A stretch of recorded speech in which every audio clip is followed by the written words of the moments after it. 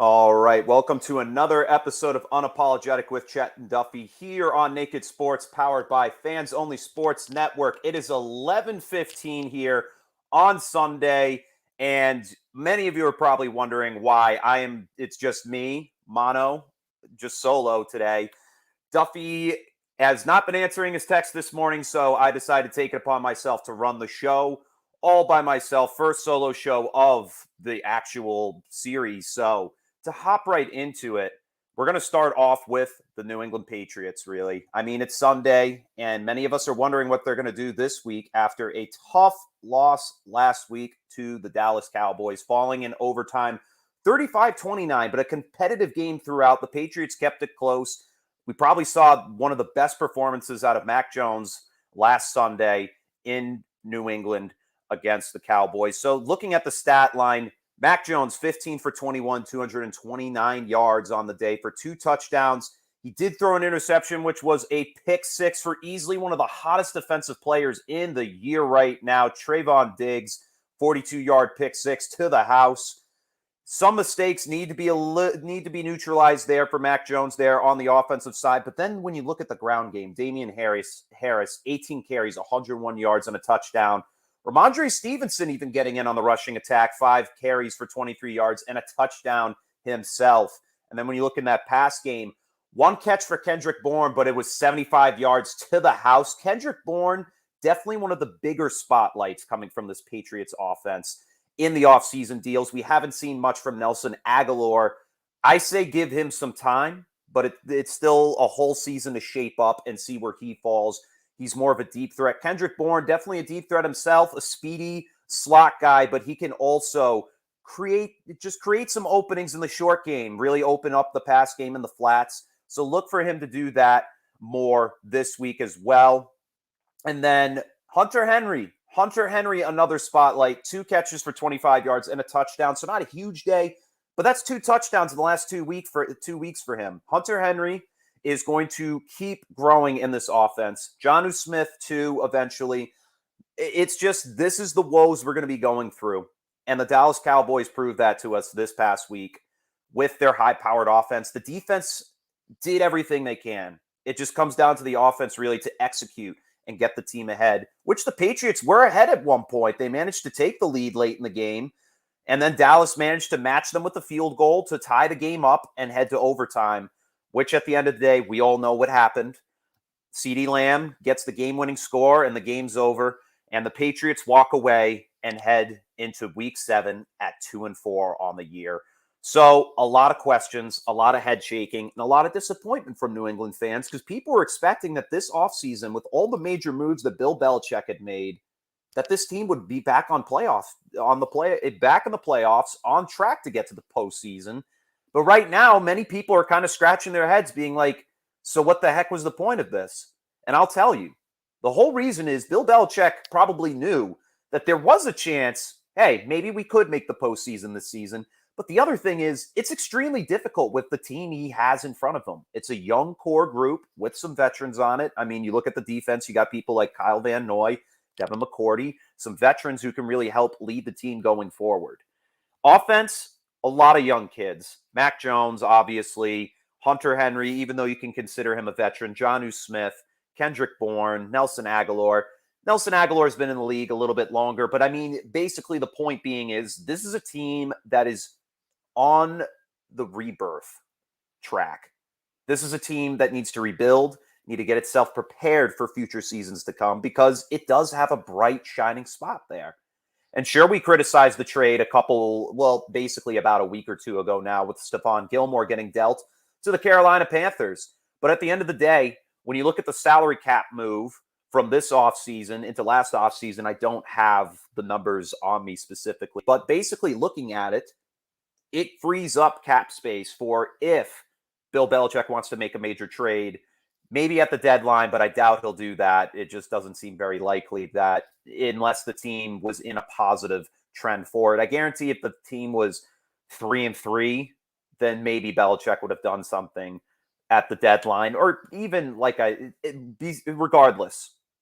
He's not going to make a deal, but it frees up cap space for either this offseason for a trade or a free agent signing for a major pickup. So we'll see what the team does. But kind of just to recap on what the Dallas Cowboys did, huge day for Dak Prescott, 445 yards, 3 touchdowns and an interception.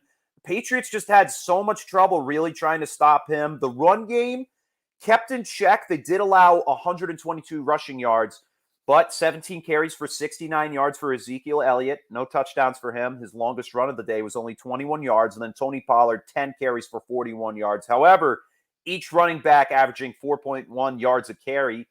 But when you look at the Patriots, I mean, Damian Harris averaging 5.6 yards a carry, so something to look forward to in our run game. The rush defense, still solid there. But then when you look at the pass D, allowing over 400 yards through the air, that's something that needs to be eliminated. CeeDee Lamb, 9 catches, 149 yards, and 2 touchdowns. Easily his career day as a Cowboy so far. And the Cowboys, to me, they are easily one of the best teams in the NFL. And last Sunday proved it, going up against a tough New England Patriots defense. And the thing is, when you look at that matchup, Dallas definitely had a lot to really game plan for here, because despite this 2-4 Patriots team, they're better than you think. They really are, and the Cowboys knew that. But they still managed to dial up pass plays and run attacks to give Dak Prescott some options going forward, and they executed perfectly. This team, completely different than what we saw last year. Defense looks incredible for Dallas. I mean, it's not the best in the league, but it's still a solid D. And then in the offense, it's the same thing that we could have it's the same thing we could have imagined. Dak Prescott's unbelievable, and I was so scared for him coming into this season just because I love the dude. The dude's incredible. He can make gameplay happen. He can make big plays happen. And he can execute game-winning drives. And that's what we saw in that overtime loss for the Patriots. So it's a tough skid for them, but a pick-me-up game this week as the New York Jets will come to Foxborough. New England favored by 7, -7 on that one. So that's something to look at. And the Jets, 1-4 on the season. Not obviously the Patriots, 2-4 on the year. So for me, I would really like to see Mac Jones kind of take what he's learned from the last few games and really execute it through the pass game. And the run game obviously will have its successes today. I mean, Mac Jones on the year, 150 pass attempts, 211 pass attempts for 150 completions, 1,472 passing yards, 7 touchdowns, and 6 interceptions. So 20th in passing, 20th in touchdowns, and 25th in interceptions. It's a solid look so far for him. And, I mean, this is a game where we did see the Patriots win 25-6 in New York.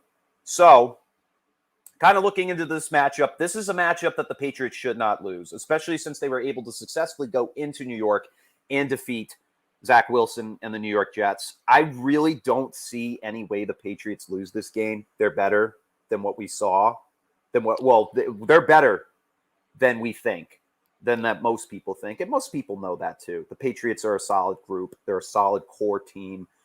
And I really think there's no chance they lose this game. I have a final prediction for this one, the final score of 28-10. The Patriots solemnly defeat them at home, and Mac Jones will pass for at least 2 touchdowns and throw for at least 250 to 275 yards on the day. So that would add New England's 3rd win on the season, making them 3-4. So we hope they look to do that at 1:00 today. And at the end of the show, I'm going to give a quick recap, I should say, on today's matchups. Give you some of my picks for today and tell you what to expect from those. So another big thing that's been happening earlier this week in the NFL, I believe it was rumored on Tuesday that trade negotiations have heated up between the Houston Texans and the Miami Dolphins. But what most people don't know about that trade is the Texans aren't looking to get Tua Tagovailoa. They're, in fact, looking to make it a 3-way trade between the Houston Texans, the Miami Dolphins, and the Washington football team. Deshaun Watson obviously has gone into this year, and we've been talking about it since earlier this year, when the sexual assault charges kept coming up. And at this point, it seemed like something that was inevitable. Deshaun Watson wouldn't be able to play in a Houston Texans uniform this season, which we haven't even seen him. He's out this week once again. Trade deadline is looming. It is week 7, week 8, the final week for a trade that a team can make. So we're going to hear a lot more this week, but the trade rumors are already heating up between these teams. So it would be interesting to see what this trade would look like. But here is what the trade would look like in a 3-way deal. So if the trade is to happen, the Miami Dolphins would receive quarterback Deshaun Watson. The Washington football team would receive Tua Tagovailoa and no draft picks. And then the Houston Texans would receive a 2022 first-round pick from Miami, a 2022 second-round pick from Miami, another 2022 second-round pick, and a 2022 third-round pick, all from Miami. So a lot of picks for next year, basically all of the first of your best picks for next year's draft. But you're getting easily one of the best quarterbacks in the league, leading the league in passing yards last year.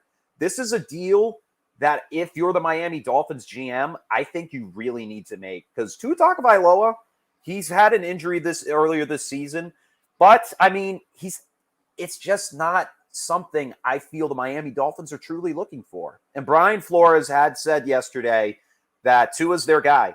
Tua's the guy who's going to be leading this team. He is the field general. He's the guy who commands them going downfield.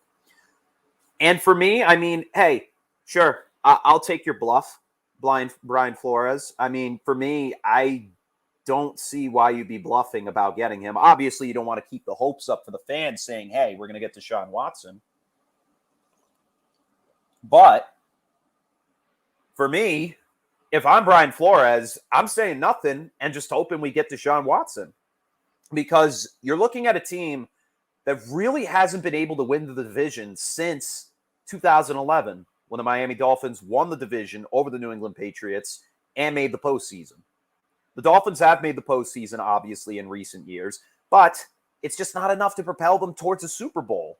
And everybody knows that, and the Miami Dolphins know that. Deshaun Watson is the piece this team needs, especially when you got players like Jalen Waddle and Devontae Parker, Mike Gesicki. If you really want to open up the playbook more, you got to get Watson in there. And especially when Will Fuller comes off suspension, that's a guy that Deshaun Watson has a history with in the pass game and has been able to get him multiple games for multiple touchdowns and hundreds of yards. So why not do the deal? This is a perfect setup for Miami to contend in the AFC East and potentially contend with the Buffalo Bills. Because regardless, I'm a Patriots fan to the end of days, but the Buffalo Bills are the team to beat. They are the New England Patriots. They are the Patriots that we've known to be so dominant and control the AFC East for years to come. Obviously, we'll see in the next few seasons if they can keep this up. But right now, there really is no contest. The Jets suck. The Patriots are still kind of rebuilding ever since Tom Brady left. And then the Dolphins are kind of just scattered. They've always been scattered. That defense is still pretty solid, but that offense, too much inconsistency. If you want to see more consistency, get yourself a franchise QB who knows what he's doing and can change your offense. Sure, it'll be a controversial trade considering all of these charges and allegations against him, which it's hard to deny that they're true because, I mean, there's 15 plus of these. So it would be a controversial trade. There's a lot backing it. That's why the Texans have benched him, because they don't want a distraction in the locker room. He was already a distraction, and now it's even more of a head case. So that's why they're holding him out. But Miami wants to win. They want to get in the postseason, if not this year, next year, because Deshaun Watson's the man to do it. He's the best guy to do it. And honestly, it would be a pretty awesome trade to see. I would not like to see it, though, as a Patriots fan. That would definitely be pretty devastating for myself. So that concludes our top news there for the NFL. We'll get back to that with your game picks for today. But in other news, in MLB news, we're going to go to the Boston Red Sox. Last time we talked, which was last week on Wednesday, the series began Thursday. And the Red Sox looked good going into it. The first 3 games, they dropped the first one. It wasn't very it was a close one, 5-4 loss. But then the next game, they win 9-5, get back-to-back grand slams to put them up, and then a grand slam in the next game at home, and they win the game 12-3, and suddenly the bats go cold. And in game 4 of the series, the Astros managed to keep the lead close. Red Sox put up 2 runs in the first after answering the Astros' first run of the game. No runs were scored until the 8th inning, and when the Astros tied the game. And a 7-run 9th inning for the Astros put them up to take the edge in that game. Red Sox only managed to muster 5 hits in that one. And then it only got worse for this team as they managed to put up 3 in the 5th game and 2 in the final to lose 5-0 the other night. And the Astros secure the AL pennant and represent the AL in the 2021 World Series. So it's a tough loss for the Boston Red Sox. And we saw great performances from Kike Hernandez, from Rafael Devers, Kyle Schwarber, JD Martinez. And JD Martinez is a piece that we might not see this year, as there was rumors of him testing the free agency waters and moving on from the Boston Red Sox organization.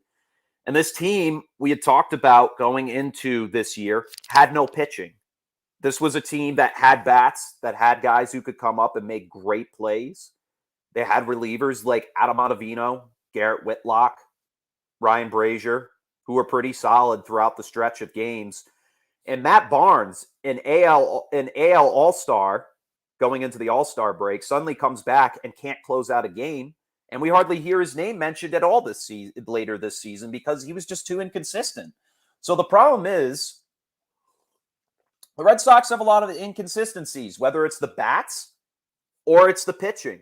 This was a very streaky playoff team this year, as well as a streaky team in general. The first half of the season, first place, and people were completely shocked to see it. I was shocked because this was a Red Sox team that was predicted to essentially be a rebuild team, to be a team that's still trying to figure things out. But the lineup was perfect, and the pitching somehow came together, especially that bullpen, because that's the strongest thing these Boston Red Sox had was their bullpen.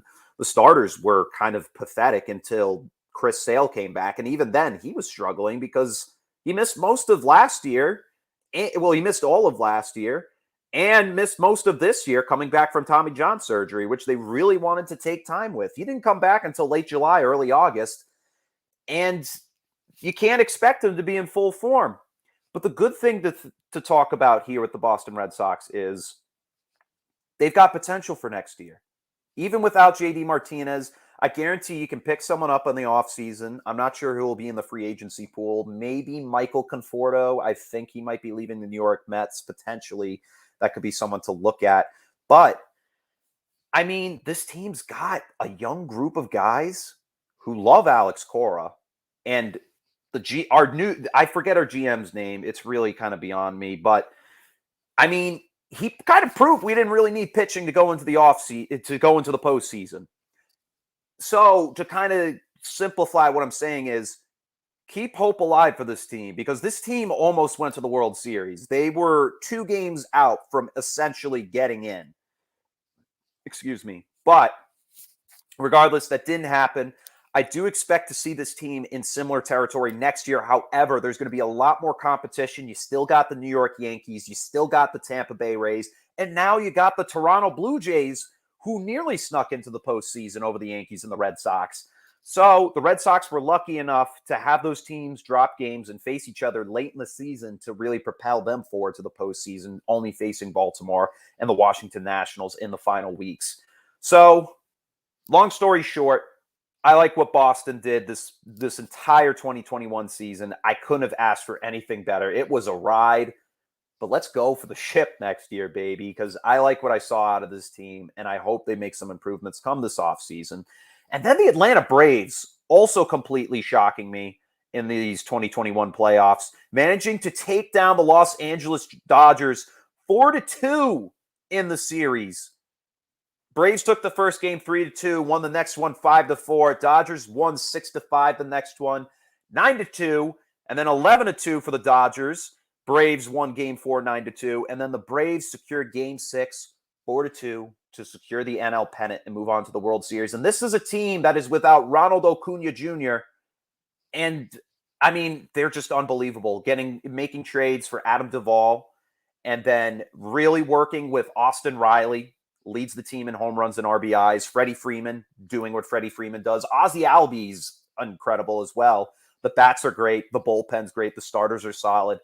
This team's going to have a tall task to take down the Houston Astros, who are likely the favorites to win in this World Series.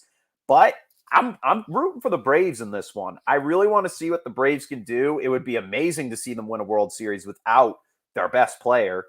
But we'll see. It could come down to having someone like him in the lineup to really propel them forward. He will not be in the World Series as he did towards ACL early on in the 2021 season. So, Braves and Astros in the World Series. That is definitely one of the biggest stories to talk about this week.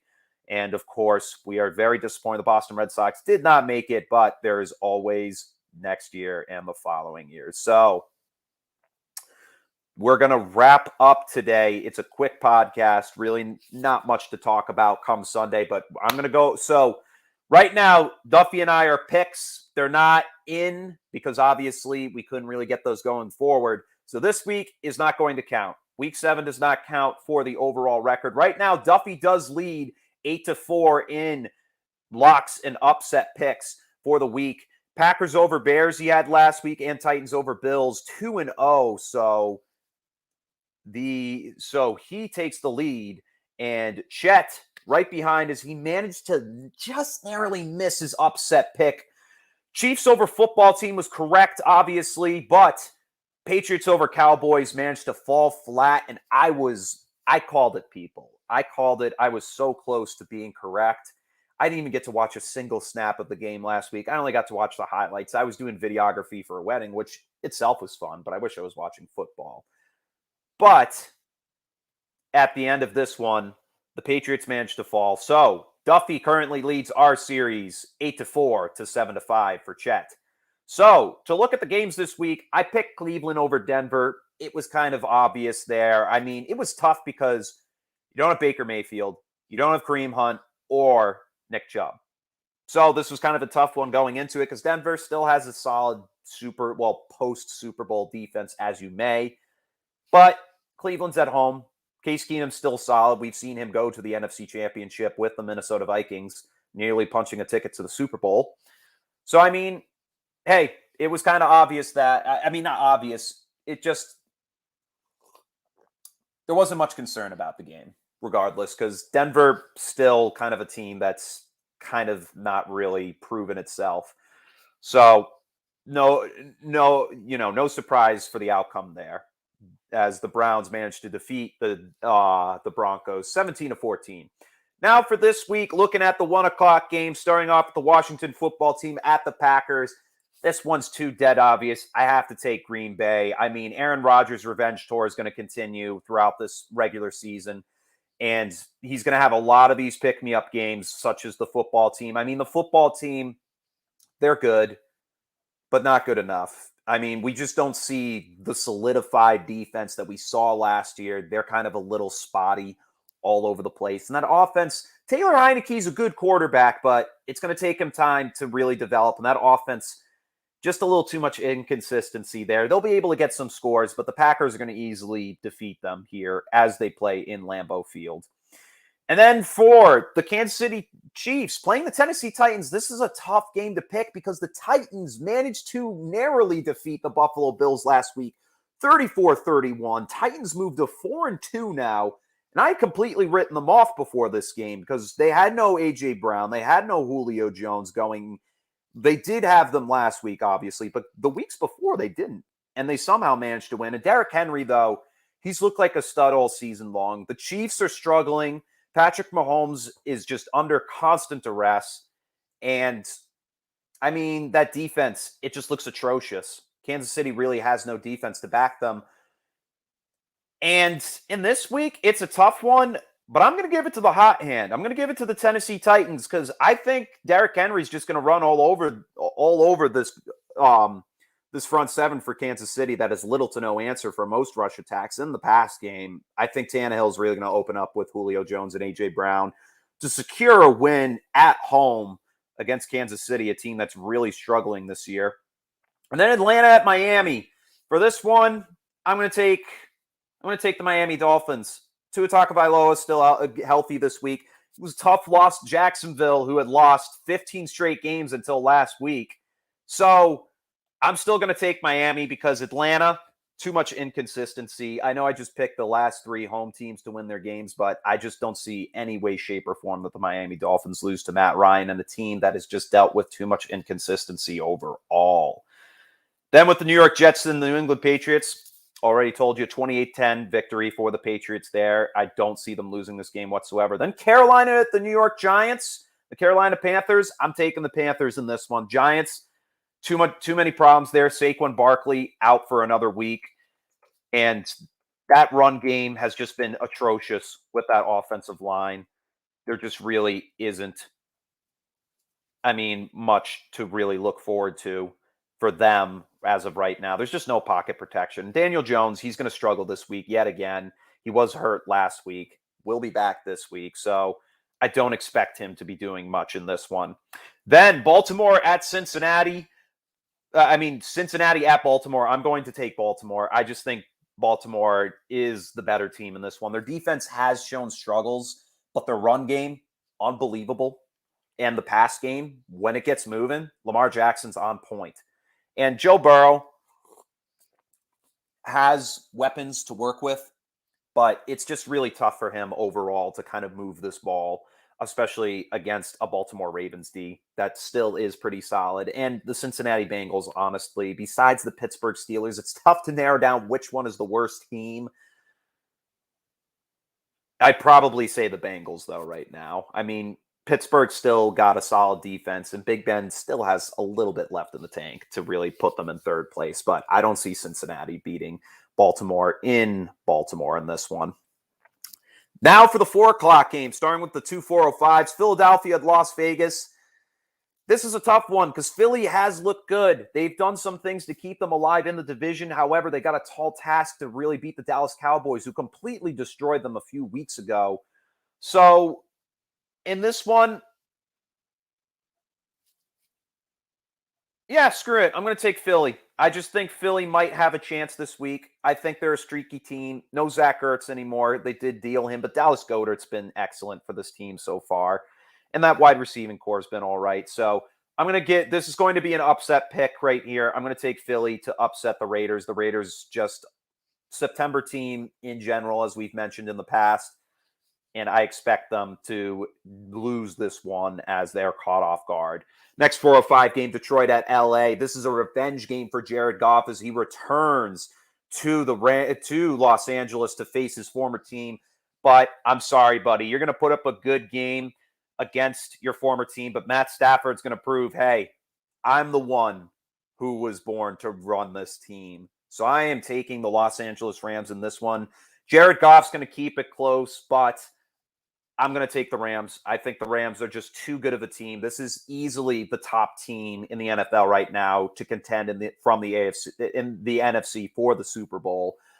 But I see it as a close game.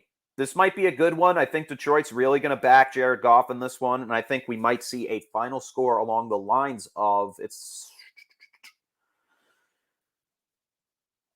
25-23 Rams. That's what I'm going to go with. I think the defenses will step up in this one, especially a broken Lions defense, but I think they're going to keep it close. We could see an ultimate blowout, though. That's also another option, but the Rams will narrowly defeat them.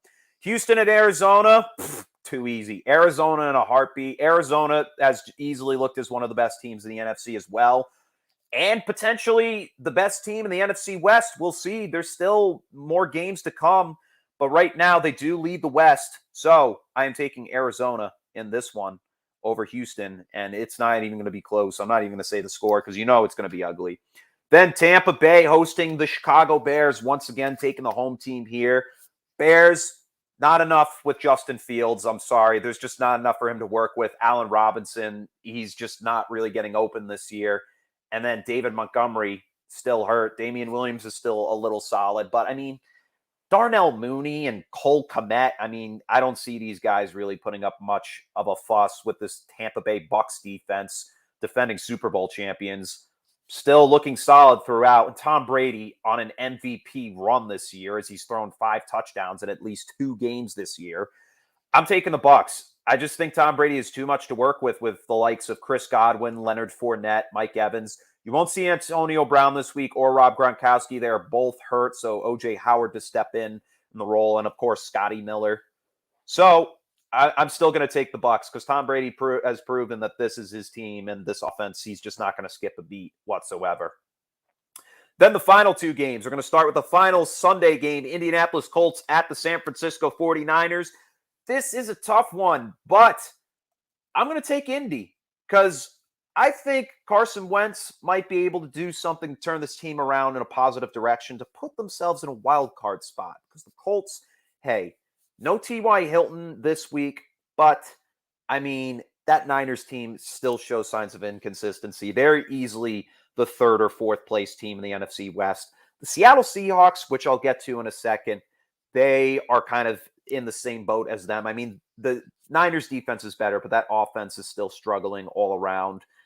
I just don't see any way, shape, or form that, well, actually, no. Screw it. I'm gonna go Niners. I know I just had that whole spiel, but I think we'll see Deebo Samuel continue to do what he's been doing all season long because he's just been one of the best wide receivers in the league, and it still really kills me that the New England Patriots never made a bother to look at him or DK Metcalf, but the past is the past. So we'll let bygones be bygones. I'm going to take the Niners at home in this one, in a close one to the Colts. And now finally, to wrap up this week 7 is going to be the New Orleans Saints against the Seattle Seahawks. This game is in Seattle, and I think this is going to be a game where the Seahawks get back on track. Russell Wilson out for a few weeks with a finger injury, and Geno Smith taking the helm. And I think Geno Smith is finally going to put it together and perform well in this one. And the Seahawks are going to win in a close one at home. Final score of 28-25. They win by a field goal in this one. And we do see DK Metcalf get himself a touchdown alongside Tyler Lockett getting one. Jameis Winston's going to keep it close, but he's going to have some inconsistencies and throw an interception that's going to result in the team losing the game. So that wraps up the picks for this week, and that wraps up the show for this week. Thank you for tuning in to Unapologetic with Chet and Duffy. Scheduling has always been spotty. I know we don't update our audience too much on when we're streaming, when we go live, but Wednesday is the usual date at 7 p.m. The only reason we did it today is because both our weeks were extremely busy, and Duffy just hasn't been available for the most part. So I took it upon myself to do the show this week because it's what needs to be done to bring you folks more sports content. And we will get into NHL and NBA as those seasons have begun in the last couple of weeks.